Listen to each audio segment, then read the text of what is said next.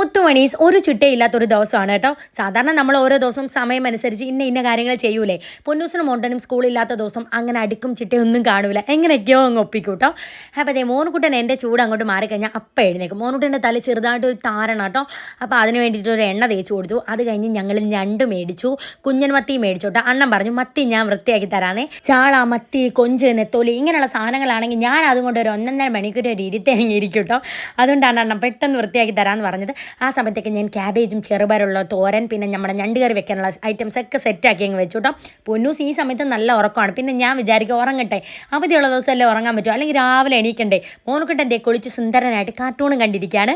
അപ്പം ഞണ്ട് കറിയും സെറ്റായി. മോനുകുട്ടൻ ഈ കുഞ്ഞു മീനുകളൊന്നും കഴിക്കാത്തതുകൊണ്ട് മോനുകുട്ടന് വേണ്ടി ഞാൻ പപ്പടം പൊരിച്ച് വേഗം മീനൊക്കെ വറുത്തെടുത്ത് എല്ലാവരും കുളിച്ച് സെറ്റായിട്ട് വന്ന് ഇതേ ചോറ് കഴിക്കാൻ വേണ്ടിയിട്ട് ഇരിക്കുകയാണ് കേട്ടോ. ഞണ്ട് കറി മൊത്തം പൊന്നൂസിൻ്റെ അണ്ണൻ്റെ പാത്രത്തിലുണ്ട് കേട്ടോ. അപ്പോൾ ഒരു day in my life upload ആയിട്ടുണ്ട്. മുത്തുമണീസ് കണ്ടു നോക്കണേ. ടാറ്റാ.